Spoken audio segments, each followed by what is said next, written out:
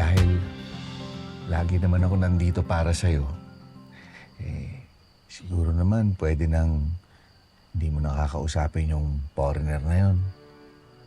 Di ba? Sinunod mo naman siguro yung biniling ko sa'yo, di ba? Di ba? Hindi mo na kinakausap yun, di ba? Opo, Tay. Opo.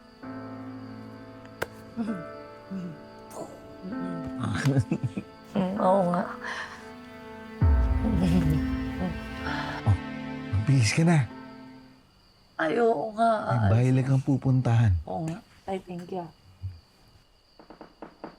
Ganda naman ako OOTD mo, Jemalu. Ay, mas maganda ka, Ate Cherry. Ano ka ba? Okay lang to. Siyempre, gumanda na ng suot ko, di ba? Nasa na si Naikit at Kaloy? Si Kaloy na utusan ng tatay niya eh. Pero si Ikit daw, hindi rin makakapunta. Yun yung sabi niya sa akin kagabi. Sayang naman. Sure ka ba, Jemalu?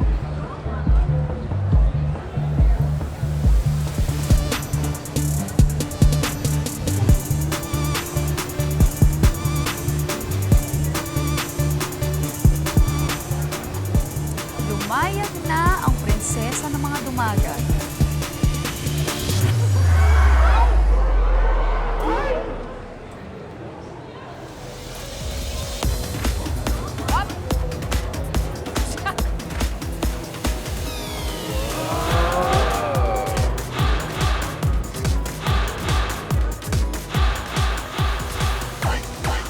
Kalma.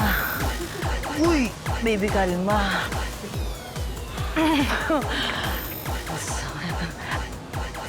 Sabi nga ng tatay ko, kahit ilang beses kang mahulog, basta, always, nangangabo. And I thank you.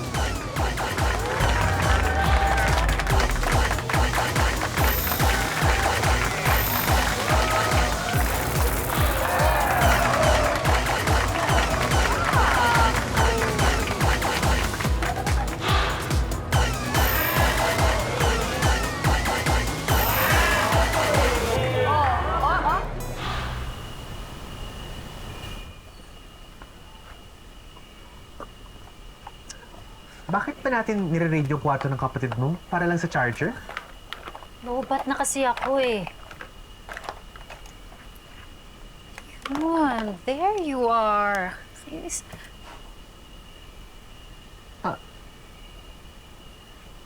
Look, Yeah. ano na naman tong kachipan na to? Play it. Don't forget to like, share, and subscribe. Follow me. Beshi, huwag naman sa bad trip ako. Na-realize ko na baka lalo magalit si Ninong Gani. Una panood niya yung vlog mo na yan. Oo nga. Tsaka, di ba nga sabi ni Aming Gani na tigil-tigilan mo na yung Mr. Pandesal na yan? Tsaka, tignan mo, in-announce mo pa talaga sa social media na tuloy yung friendship video. Kaya nga, alam mo, may tama kayong dalawa. Nakikarried away lang naman ito. Hindi ko na lang i-upload para hindi makita ni tatay, tapos hindi siya magalit. Are you thinking what I'm thinking? Yes, and I think you should do the honors. Ikit, sayang naman kung hindi natin to i-upload.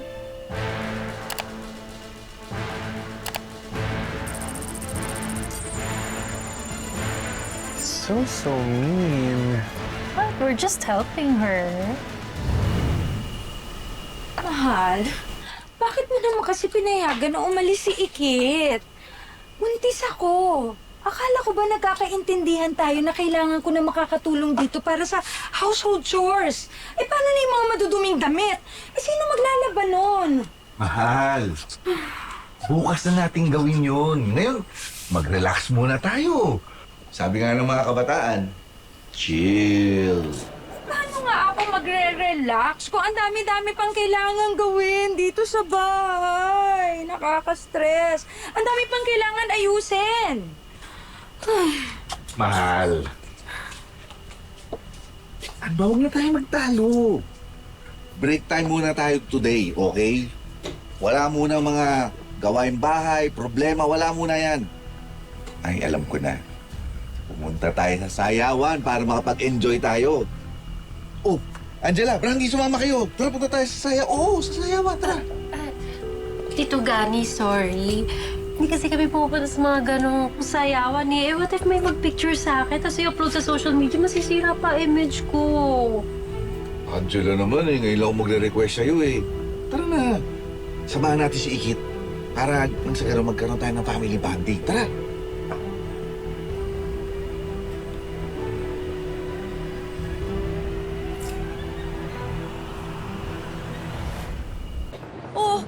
Ang daming ikot, Be. Ang bongga ni Ikit. Sana all. Ikaw sabi mo sa akin, hindi ka makakapunta. Bigla ka na lang nangangabog ng walang kaabog-abog. Ano, sakit, no? Sakit eh. Ganun talaga dapat kahit may problema. Dapat hindi ka magmukhang chararat. Tama.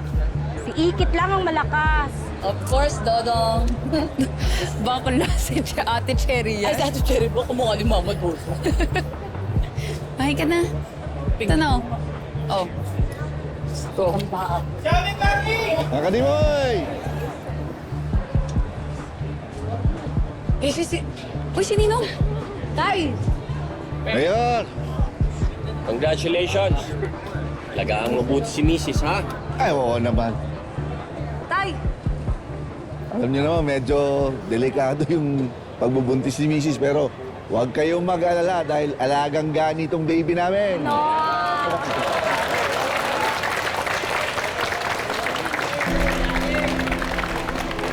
Thank you, mga kadimay.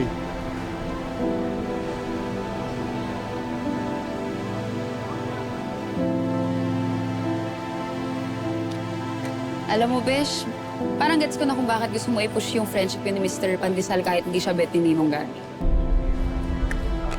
Ano mo nasabi? Eh, syempre, kung nakikita ko yung tatay ko na sobrang saya dun sa bagong pamilya niya, mararamdaman ko na parang others na ako.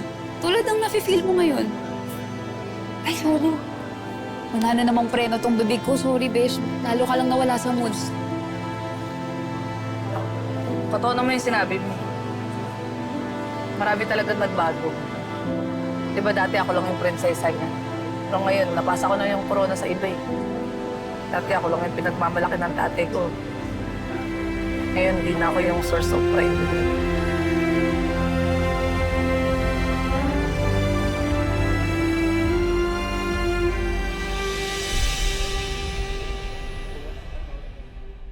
Ginagawa mo, nagsasayaw ka mag-isa para kang tanga.